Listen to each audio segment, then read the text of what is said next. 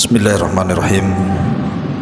Assalamualaikum warahmatullahi wabarakatuh.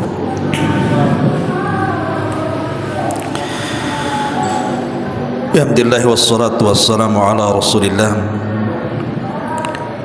wa ala alihi wa sahbihi wa mawalah wa la hawla wa la quwwata illa billahi wa ba'du. Alhamdulillah, segala puja dan pujiannya milik Allah subhanahu wa ta'ala. Salawat dan juga salam tahdiahkan kepada Rasul kita Nabi besar Muhammad sallallahu alaihi wa ala alihi wasallam.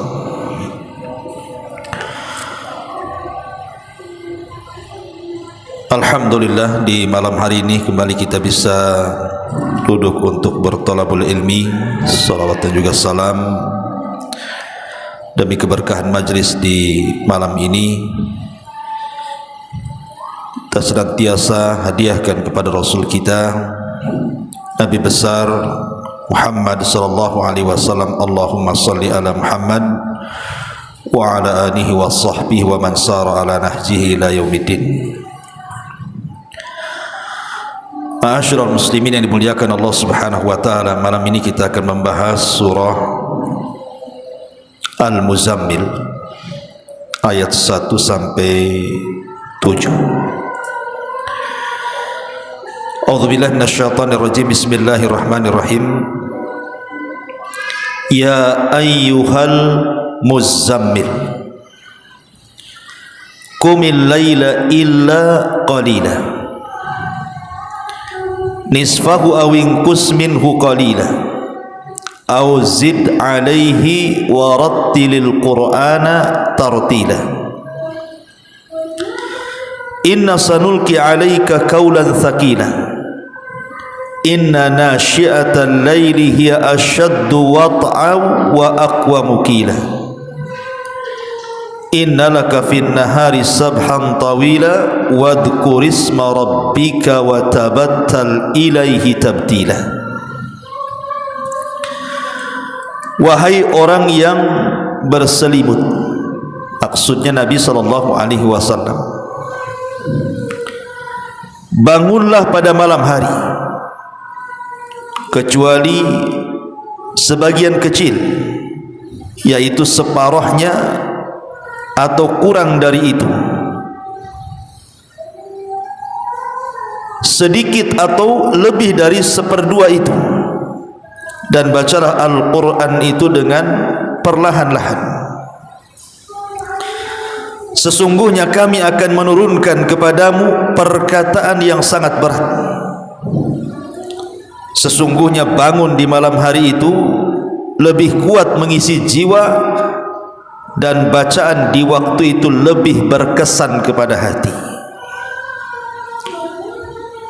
Sungguh bagimu pada siang hari amat sibuk dengan urusan-urusan yang panjang,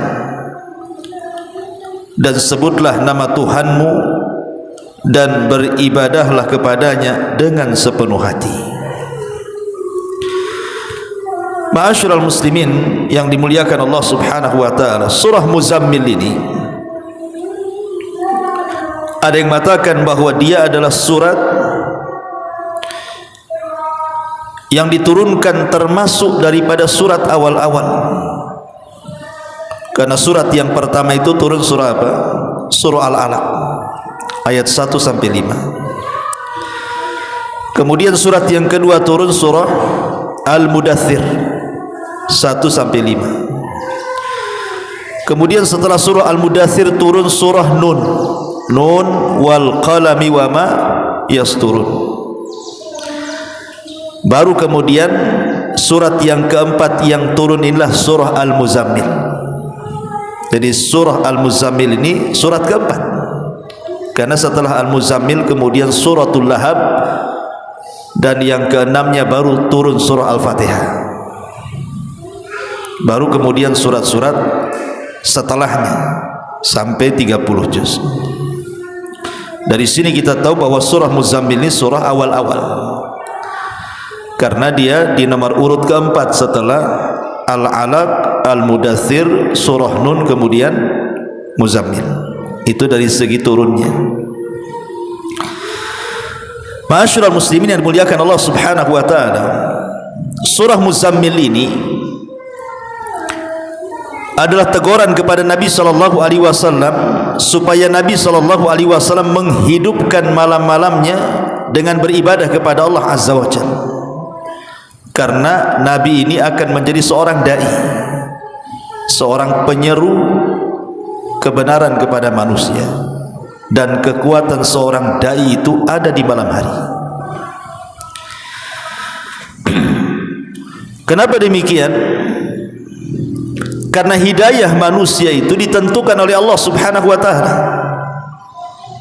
Tentu dengan doa-doa kita supaya mereka menerima kebenaran.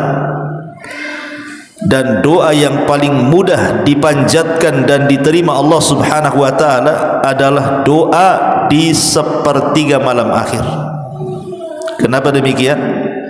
Karena Allah turun di sepertiga malam akhir itu. Sebagaimana hadis yang ma'ruf, yanzilu rabbuna ila sama'id dunya fi kulli thuluthil lailil akhir wa dzalika kulla lailatin. Jadi Allah itu turun pada sepertiga malam akhir, dan itu setiap malam. Kemudian Allah Subhanahu wa taala akan mengatakan kepada hamba-hambanya, man yad'uni fa astajibalah, wa man yas'aluni fa u'tiyah, wa man yastaghfiruni fa aghfiralahu. Siapa yang berdoa, ku kabulkan. Siapa yang minta, ku beri permintaannya. Siapa yang minta ampun, ku ampuni dosa-dosanya. Setiap malam Allah menawarkan 3 perkara ini. Makanya kenapa Nabi SAW diperintah Allah untuk mendekatkan diri di malam hari? Karena itulah modal seorang dai, modal seorang thalabatul ilmi. Ma'asyiral muslimin yang dimuliakan Allah Subhanahu wa taala, di sini Allah Subhanahu wa taala katakan, ya ayyuhal muzammil, wahai orang yang berselimut.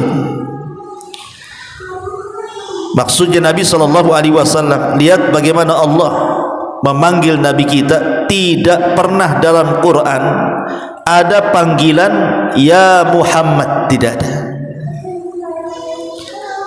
Tetapi di Quran itu selalu panggilannya kepada Rasul mesti ya ayyuhan nabi, ya ayyuhar rasul, ya ayyuhal muddaththir, ya ayyuhal muzammil. Selalu dalam Quran itu, tidak ada langsung menyebut ya Muhammad. Beda dengan nabi-nabi yang lainnya,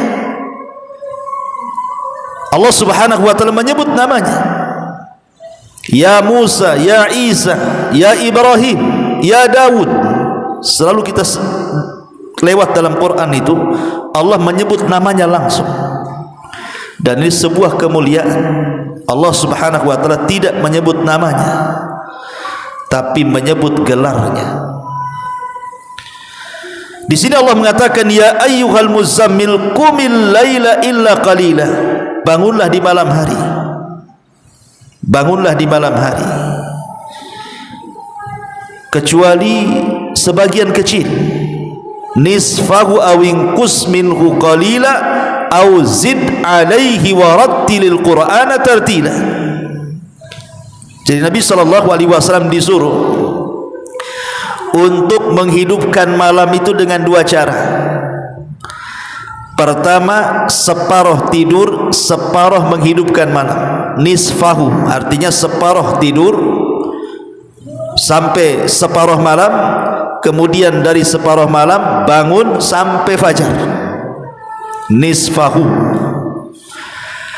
awingkus minhu qalilan au zid. Allah mengatakan atau kau tambah, enggak apa-apa. Kalau ditambah dari separuh berarti menjadi 2/3.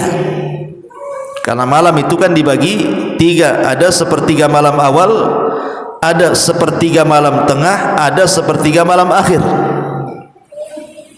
Dan malam itu dimulai dari terbenamnya matahari sampai terbit fajar. Berarti sepertiga malam awal dari maghrib ke isya, sepertiga malam tengah dari isya ke pertengahan malam, baru kemudian sepertiga malam akhir sampai fajar. Jadi Nabi SAW diperintahkan Allah untuk tidur separuh malam atau 2/3 malam. Karena di sini Allah mengatakan nisfahu awingkus minhu qalila au zid alaihi. Boleh kau tambah dari separuh itu menjadi sedikit lagi. Kata para ulama maksudnya Nabi SAW boleh tidur di waktu malam itu, menghabiskan waktunya separuh malam atau 2/3 malam. Baru setelah itu bangun. Berarti cara tidurnya Nabi SAW, habis tidur, kemudian jam 12 bangun, kemudian tidak tidur lagi sampai fajar, atau dilebihkan 2/3 mungkin sampai jam 2, baru kemudian setelahnya bangun sampai fajar. Itu cara tidur Nabi. Kalau cara tidur kita kan tidak, ya, memang tidurnya jam 11, bangunnya adzan subuh, yang bangun, yang tak bangun bablas. Di sini ma'asyiral muslimin yang dimuliakan Allah Azza wa Jalla, ketika turun surah Muzammil ini, maka Nabi SAW sejak itu tidak pernah nyenyak tidur. Walaupun tidur, yang tidur itu matanya saja, hatinya tidak tidur.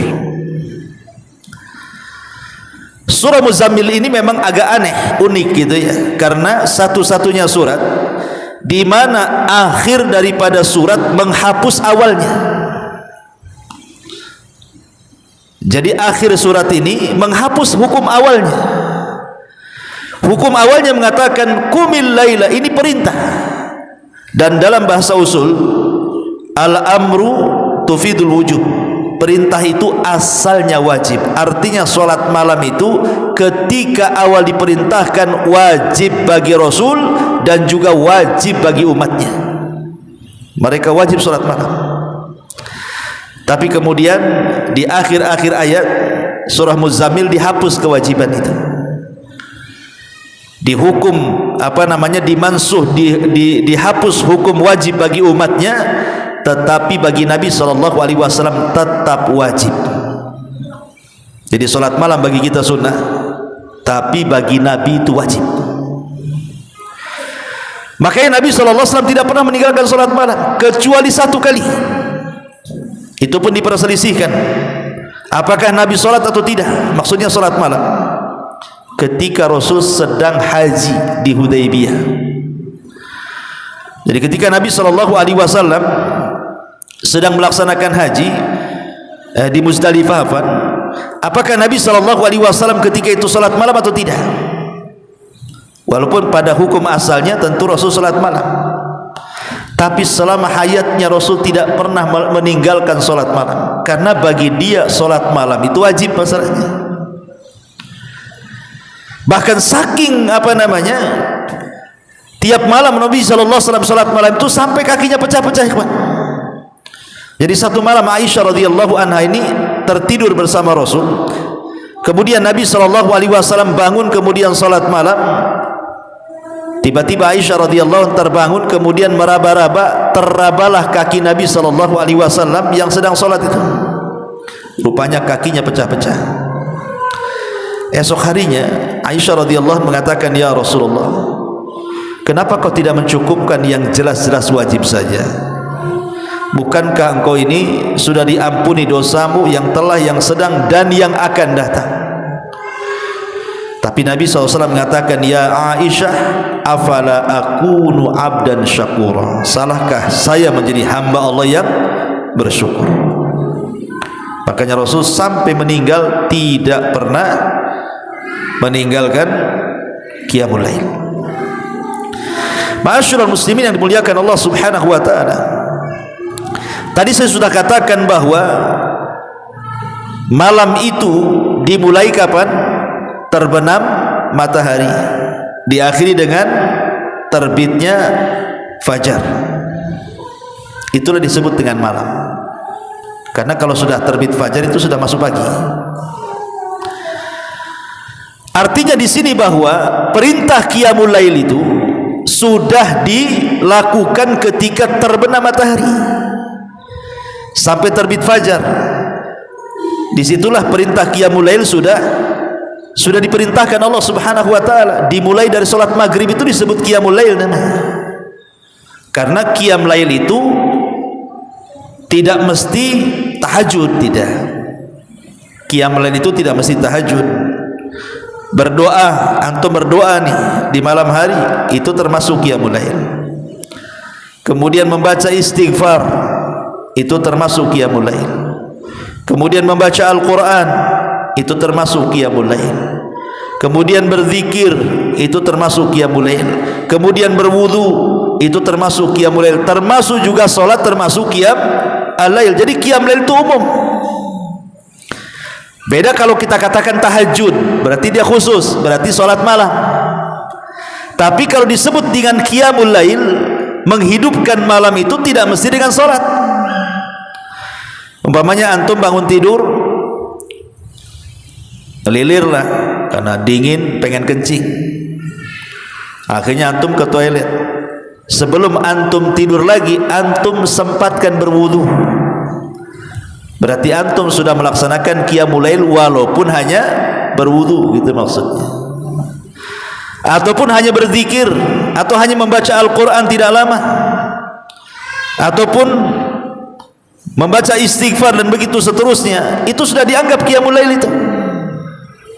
Ataupun salat malam, karena qiyamul lail itu kan umum, beda dengan tahajud khusus ya. Makanya orang yang kemudian melaksanakan salat isya berjamaah, kemudian juga ditutup dengan salat subuh berjamaah, seolah-olah antum menegakkan qiyamul lail dari awal sampai akhir. Perhatikan hadis Nabi. Nabi SAW mengatakan, hadis dalam yang dikeluarkan Imam Abi Dawud, man shallal isya fi jama'atin kana ka qiyami nisfi lailin, wa man shallal isya wal fajra fi jama'atin kana ka qiyamil laili kulli. Barang siapa yang salat isya berjamaah, seolah-olah dia menghidupkan separuh malam. Tapi barang siapa yang solat isya berjamaah plus dengan subuh berjamaah, maka seolah-olah anda menghidupkan malam itu dengan qiyamul lail. Kenapa? Karena solat isya berjamaah separuh malam kita dapat, solat subuh berjamaah separuh malam. Jadi kalau digabungkan jadi satu malam suntuk, seolah-olah kita ini tidak tidur beribadah tuh. Bayangkan hanya melaksanakan dua solat ini saja, solat isya berjamaah, solat subuh berjamaah, kemudian lebihnya antum tidur, itu sudah dicatat antum qiyamul lail satu malam suntuk, mulai terbenam matahari sampai terbit fajar. Nah, luar biasa kan itu. Kenapa demikian? Karena solat yang paling berat dilakukan orang munafik ini solat isya dan solat fajar. Nabi SAW mengatakan, inna athqala salatin alal munafikin salatul isya wa salatul fajri. Salat yang paling berat dilakukan orang munafik itu adalah salat isya dan salat fajar. Kenapa? Kenapa salat isya kok berat? Karena salat isya ini kalau orang sudah kerja capek di siang hari, itu mulai ngerayap ngantuknya itu di waktu isya. Nah, mulai dia ngantuk kan itu. Kenapa kemudian di sholat subuh? Karena sholat subuh itu asik-asiknya tidur itu. Asik-asiknya tidur kan subuh tuh, karena di situ kan mulai dingin tuh cuaca tuh kan. Makanya orang susah bangun. Lah ketika kemudian kita menjaga dua sholat ini dengan cara berjamaah, maka Allah Subhanahu wa taala berikan hadiah dengan cara apa? Seolah-olah kita menghidupkan malam semuanya. Asal syaratnya isya jamaah, subuh jamaah. Ma'asyiral muslimin yang dimuliakan Allah Azza wa Jalla. Tapi walaupun demikian, sepakat para ulama bahwa di antara pembagian malam, sepertiga malam awal, sepertiga malam tengah, sepertiga malam akhir, yang paling afdol secara konsensus para ulama, ijma para ulama, adalah di sepertiga malam akhir. Itu waktu yang paling afdol untuk beribadah. Ya sekitar jam 2 lah kan itu ya, sampai subuh gitu ya. Itu sepertiga malam akhir. Kenapa demikian? Lihat Nabi SAW ketika memerintahkan kita untuk salat witir. Apa kata Rasul? Ij'alu akhira salatikum bil laili witra. Kata Nabi SAW, jadikan akhir salat malam kalian dengan witir. Bahkan dalam sebuah hadis Nabi SAW mengatakan, man khafa alla yakuma min akhiril laili falyutir awwalahu, wa man tama'a an yakuma akhirahu falyutir akhiral laili, fa inna salata akhiril laili mashhudatun wa dzalika afdal. Kata Nabi SAW, barang siapa yang takut tidak bangun di malam hari, maka boleh solat witir selepas isya. Tapi kalau dia bisa yakin tuh bisa bangun di sepertiga malam akhir, maka lakukanlah witir di sepertiga malam akhir. Kenapa? Karena waktu itu kata Rasul, masyhudah, disaksikan oleh para malaikat. Dan ingat bahwa seafdol-afdolnya solat setelah solat wajib itu adalah solat yang dilakukan di malam hari. Dan solat yang dilakukan di malam hari yang paling afdol, tahajud dengan witir, itu adalah witir. Itu yang paling afdol dari semua solat sunnah. Solat witir itu solat yang paling afdol setelah solat wajib. Dan solat witir itu solat yang paling singkat dibandingkan semua solat sunnah. Walaupun demikian tetap yang paling afdol tuh. Kenapa? Karena witir itu bisa dilakukan 1 rakaat. Dan antum bisa memilih surat yang paling pendek. Inna a'tayna, selesai. 1 rakaat saja. Habis isya mamanya kan, pulang ke rumah karena takut nanti enggak bangun tengah malam atau enggak bangun sepertiga malam, ya sudahlah, salat 1 rakaat. Kita sudah melaksanakan solat yang paling afdol setelah solat wajib itu. Solat witir juga kan, singkat, padat, tapi paling afdol.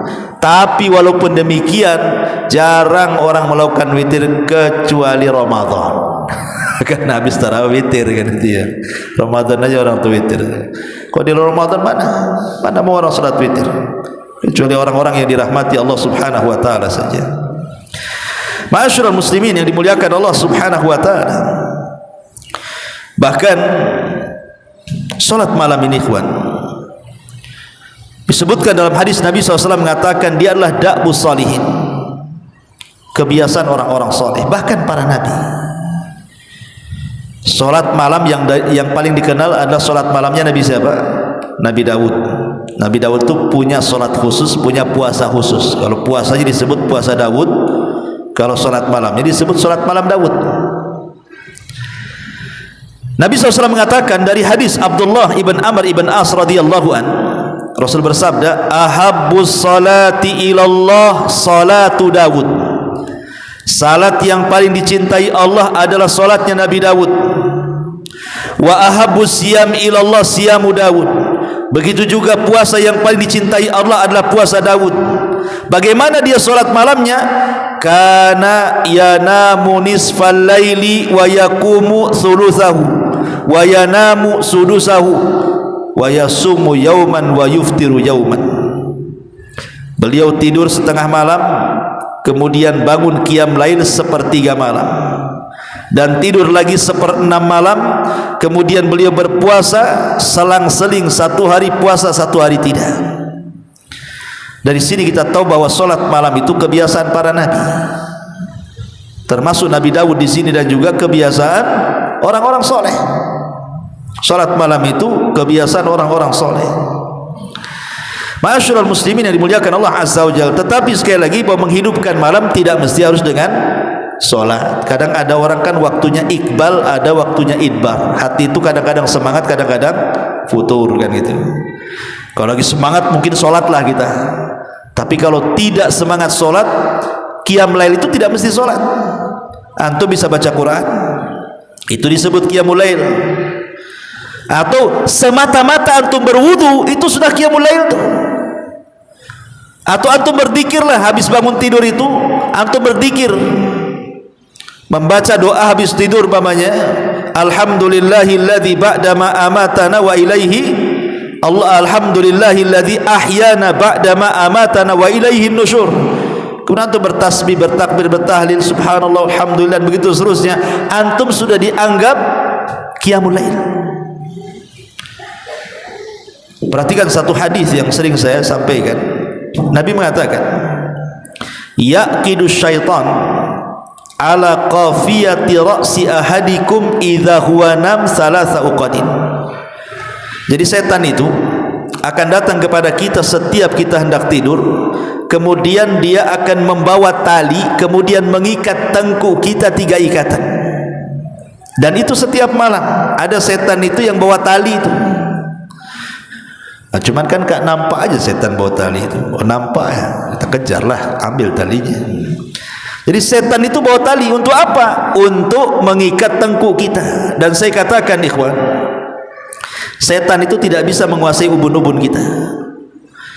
Sering saya katakan, kalau orang barat membagi otak itu, mereka ada istilah otak kanan, otak kiri. Itu kalau barat membagi otak. Tapi kalau kita konsep Quran, otak itu dibelah menjadi 2. Ada otak depan yang disebut dengan nasiyah ubun-ubun, ada otak belakang yang disebut tengkuk. Tapi ada juga yang ngomong tak ada otak kau katanya. Padahal semua orang ada otak. Ada orang ngomong gitu tuh, tak ada otak katanya. Semua manusia ada otaknya. Jadi otak itu ada depan, ada belakang. Itu konsep Quran tuh. Lah, setan itu tidak bisa menguasai otak depan. Namanya nasiyah, karena Allah mengatakan nasiyatin biyadi, ubun-ubun manusia itu ada di tanganku. Maka lihat ketika setan bersumpah di hadapan Allah untuk menggoda Bani Adam, saya akan goda mereka dari arah kanan, dari arah kiri, dari depan, dari belakang. Tapi dia tidak mengatakan dari atas. Kenapa? Karena ubun-ubun tidak bisa dikuasai setan. Setan itu hanya bisa menguasai tengkuk kita. Dari belakang dia enggak gentle, dia main belakang dia mengikat belakang aja dia. Diikat tuh. Berapa ikatan kata Rasul? Salasu uqadin, 3 ikatan. Kullu uqdatin makana alaika lailun tawilun. Setiap setan itu mengikat tengkuk kita 1 ikatan tuh, maka setan akan memantra-mantrai itu dengan mengatakan lailun tawilun farqud, malam masih panjang, tidur. Nah, itulah mantranya setan tuh. Kemudian diikat lagi, ngomong gitu lagi, maka naha alaika lailun tawilun, tetaplah kau tidur, nyenyak-nyenyakkanlah, nyaman-nyamankanlah, malam masih panjang. Itu mantra keduanya. Diikat lagi yang ketiga, sama juga mantranya kayak gitu tuh. Tidur, tidur, itu mantranya tuh. Mantranya setan. Pada ada subuh masih di mantra-mantrai aja. Tidur, tidur, oh iya masih malam. Gimana nggak malam? Ya, gorden hitam, lampu mati kan itu, gelap semua. Alarm sengaja tadi dihidupin pak, dibanting sama dia. Jadi setan itu senantiasa membuat kita tidak bangun tidur. Tetapi kata Nabi SAW, kalau dia terbangun nih, seorang yang beriman, kemudian dia fadzakarallah, pertama dia berzikir kepada Allah, hilang 1 ikatan. Dia langsung bangun, kita berdoa, alhamdulillahilladzi ahyana ba'da ma amatana wa ilaihin nusyur. Zikir itu hilang 1 ikatan. Kemudian setelah dia berzikir, ambil air, berwudu dia. Kata Rasul, wa idza tawaddaa halat uqdatun, apabila dia berwudu hilanglah 2 ikatan. Kemudian habis wudu salat dia, wa in shalla halat uqdatun, apabila dia salat maka 3 ikatan hilang 3-tiganya. Dari sini kata para ulama menunjukkan apa? Di sini ada zikir, ada wudu, ada salat. Jadi qiyam lail itu tidak mesti salat kan itu ya.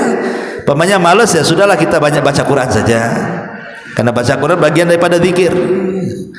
Atau kalau malas baca Quran, ya zikir sajalah, subhanallah, subhanallah, subhanallah. Atau kalau malas banyak-banyak istighfar ajalah. Jadi qiyam lail itu banyak pilihan. Tapi kalau kita bisa menggabungkan semuanya, kita bisa berzikir, habis itu kita wudu, habis itu kita qiyamul lail, maka semua ikatan setan hilang. Dan di pagi hari kata Nabi SAW, maka dia akan terbangun nasyitan thayyiban nafsi, wa illa asbah khabithun nafsi kaslan, kata Rasul. Kalau dia tidak melakukannya, maka jiwanya akan jahat. Tapi kalau dia melakukannya, berzikir, wudu, kemudian salat malam, maka jiwanya akan baik dan hidupnya akan semangat dan terarah kemana dia harus melangkah hari itu. Tapi orang yang tidak pernah qiyamul lail, ikhwatul fiddin, hidupnya rungsek biasanya. Kata ulama, orang kalau tidurnya bangun jam 6, bangun jam 7, bablas begitu saja malam itu, orang seperti ini orang yang paling banyak masalah. Ada aja masalah tuh, nggak berhenti masalahnya. Kadang masalah itu tidak tahu dari mana datangnya, tahu-tahu ada aja masalah tuh. Karena mereka tidak pernah melepas ikatan setan yang ditengkuhnya, makanya ruwet ya. Coba bayangkan kalau satu malam 3 ikatan, 2 malam 6 ikatan, 3 malam 9 ikatan, 100 malam apa enggak? Ini kan benangnya udah ngumpul, cemana dari benangnya tuh, udah banyak kali ditengkuknya diikat sama setan, nggak bisa bergerak lah kan begitu di situ. Makanya di sini ma'asyiral muslimin yang dimuliakan Allah Azza wa Jalla, lihat bagaimana pentingnya kita ini qiyamul lail. Bahkan Jibril alaihi salatu wassalam, Jibril ini kalau turun menemui Rasul, tidak mungkin turun kecuali membawa perintah yang besar. Tak mungkin Jibril turun hanya ngajak ngobrol Nabi saja kan, enggak mungkin, mustahil. Lain dengan kita, Pak Edi turun ngobrol aja, ya kan gitu. Tapi kalau Jibril kan tidak bisa main dipanggil-panggil kayak gitu kan. Jibril turun saya mau ngobrol, nggak mungkin ya. Pasti Jibril itu kalau turun atas perintah Allah dan membawa perkara besar kepada Nabi SAW. Satu hari Jibril turun menemui Nabi SAW, sebagaimana riwayat Imam Hakim dalam Mustadraknya dari hadis Salim bin Sa'ad radhiyallahu an. Ja'a Jibril ila Rasulillah sallallahu alaihi wasallam, datang Jibril kepada Nabi SAW, faqala, dan dia mengatakan, ya Muhammad, ish ma syi'ta fa innaka mayyitun, wa ahbib man syi'ta fa innaka mufariq, wa'mal ma syi'ta fa innaka majziyun, wa'lam anna syarafal mu'min qiyamuhu bil laili wa izzuhu istighna'uhu anin nas. Kata Jibril, wahai Muhammad, hiduplah sesuka hatimu karena engkau pasti akan mati. Cintailah orang yang kau cintai sesuka hatimu karena pasti orang yang kau cintai akan berpisah dari kamu. Dan beramallah sesuka hatimu karena pasti semua amalan akan ada balasannya di hadapan Allah.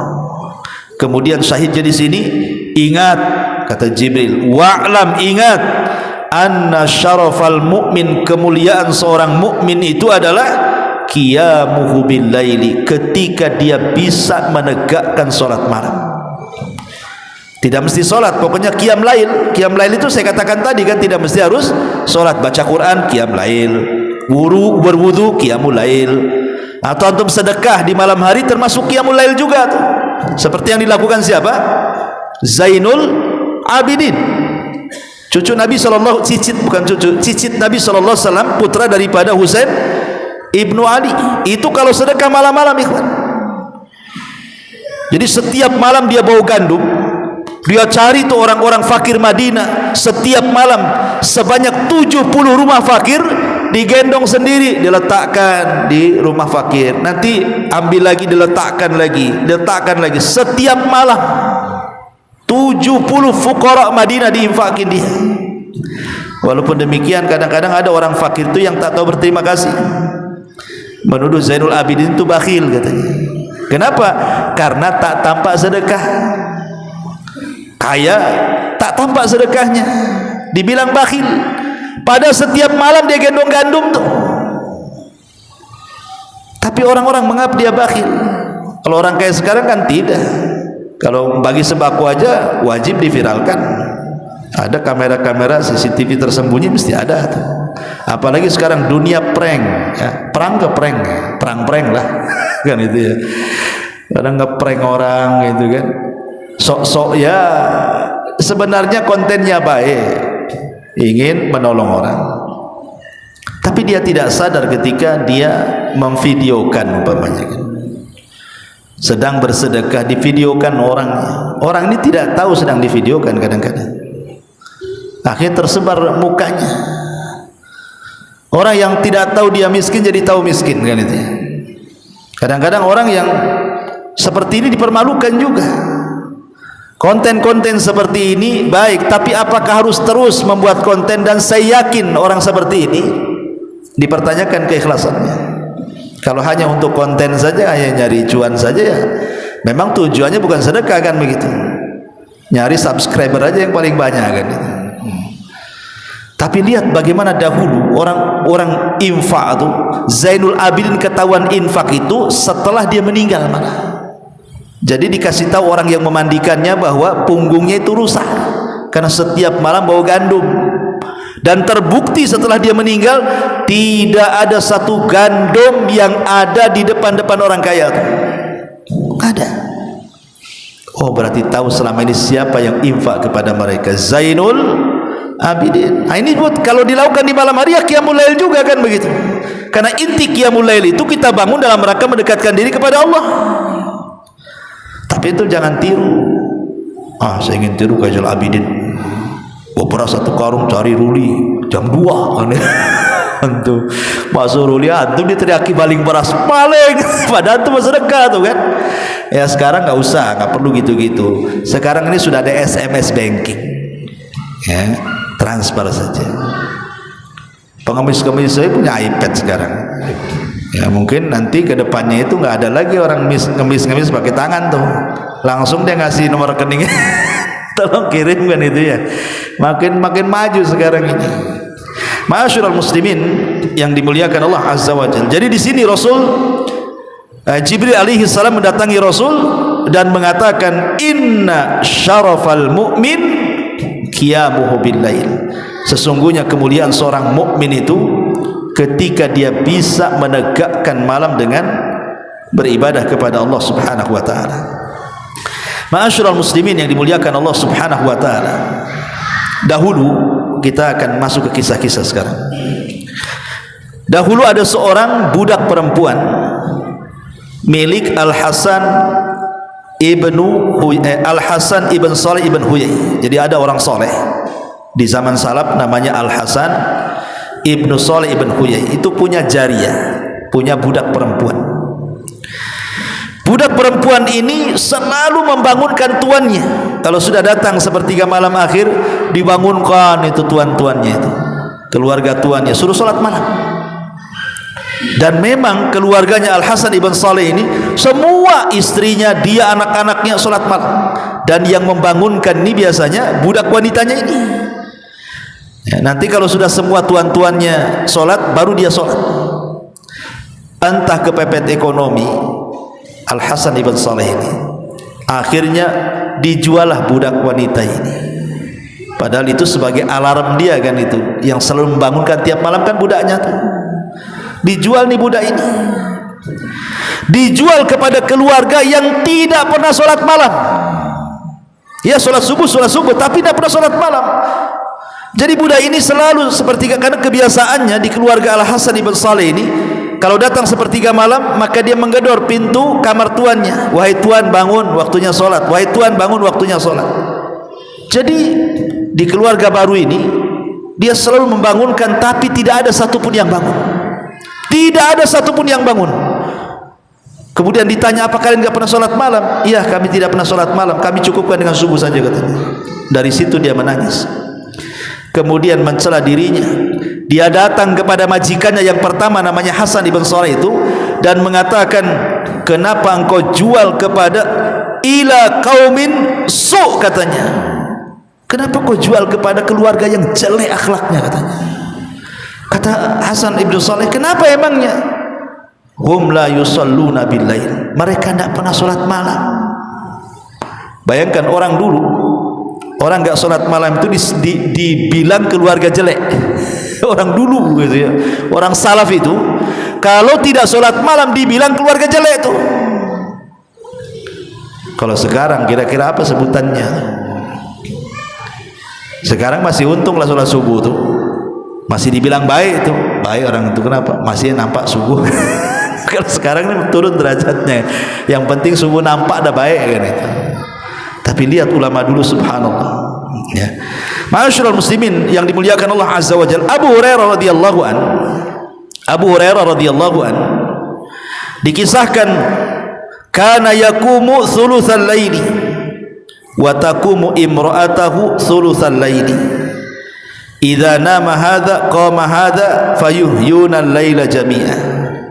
Abu Hurairah ini dia bangun duluan, kemudian sholat sepertiga malam. Setelah kemudian dia selesai sholat, dia bangunkan istrinya, kau sekarang gantian sholat, katanya. Nanti setelah kemudian istrinya sholat selesai, maka Abu Hurairah dengan istrinya sholat bareng-bareng.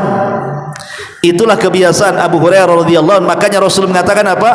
Rahimallahu rajulan, kata Rasul, rahimallahu rajulan, semoga Allah merahmati seseorang, katanya, qoma minal laili wa aiqadha ahla, dia bangun tengah malam, kemudian dia bangunkan istrinya. Kalau tidak bangun, dia ambil air diperciki wajahnya, bangun. Wa rahimallahu imra'atan, begitu juga Allah rahmati seorang wanita, qamat minal laili wa aiqadat zaujaha, dia bangun di tengah malam, dia bangunkan suaminya. Kalau tak mau bangun, dia ambil air diperciki di wajahnya, bangun. Lihat, Allah mengatakan apa? Rasul mengatakan apa? Dua-duanya dirahmati Allah. Ini kalau suami istri seperti ini kan asik tuh ya, dua-duanya dirahmati. Ini enggak. Ini kalau antum diperciki air sama istri lagi tidur, wah, mungkin istri merciki satu kobokan, antum pula banjur dia satu ember. Dibalas kan itu, apa-apaan ini kan itu, ngantuk dibangunin ya. Karena kita tidak terbiasa sholat malam. Kalau terbangun malam itu kayaknya sayang, sayang tidur lagi, gitu. Jadi dalilnya sayang 2 jam lagi tidur lagi kan gitu ya. Mau mepet subuh aja dibilang sayang. Ma'asyiral muslimin yang dimuliakan Allah azza wa jalla. Kemudian juga dikatakan oleh Hasan Al-Basri rahimahullah, seorang alim min ulama'i tabi'in. Jadi dikatakan kepada Hasan Al-Basri itu, ma balu al-mutahajjidina min ahsanin nasi wujuhan. Ya Imam, kenapa ya orang-orang ahli tahajud itu wajahnya kok bersinar, bersih, gak pernah kusut, kayaknya gak ada masalah gitu kan. Kenapa ya bercahaya wajah orang-orang yang ahli tahajud itu?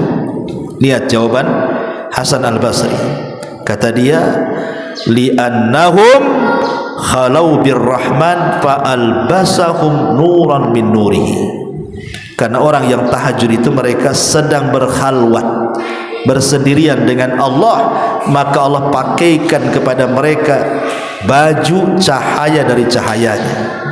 Makanya lihat orang-orang yang suka tahajud itu bersih wajahnya. Ma'asyiral muslimin yang dimuliakan Allah subhanahu wa ta'ala, intinya bahwa sudah isya ya, malam